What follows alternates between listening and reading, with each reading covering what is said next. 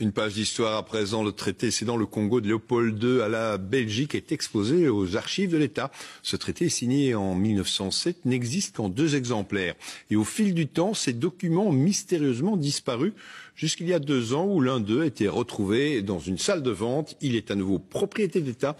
François Andréolitti, Stéphanie Merken, Patrick Michal et Françoise Barré. Sous nos yeux curieux, un document authentique, rare, sur du papier de chiffon. L'écriture à la plume est calligraphiée avec soin, une habitude pour donner toute la solennité à ce document de 5 pages.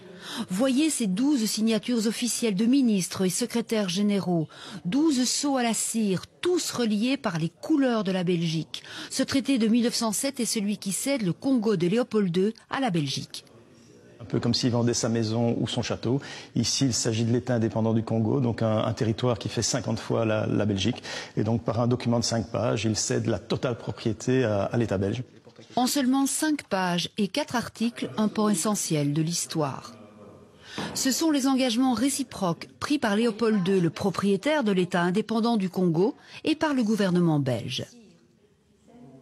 Il cède les sols, il cède les bâtiments et il cède aussi toutes les ressources, que ce soit agricoles, minières ou autres. Le caoutchouc, l'ivoire, tout est cédé via cet acte, mais il n'y a aucun mot pour les populations en fait.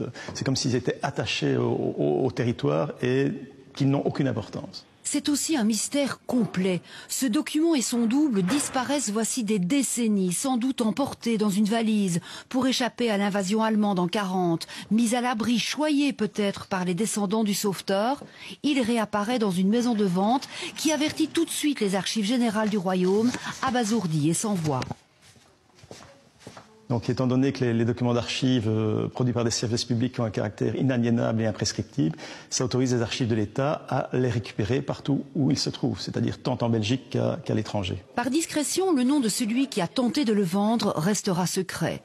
Ce document est aujourd'hui aux archives générales du royaume, parmi les 15 kilomètres d'archives des périodes coloniales. Tout le monde peut le voir, il est exposé jusqu'en décembre à la salle de lecture.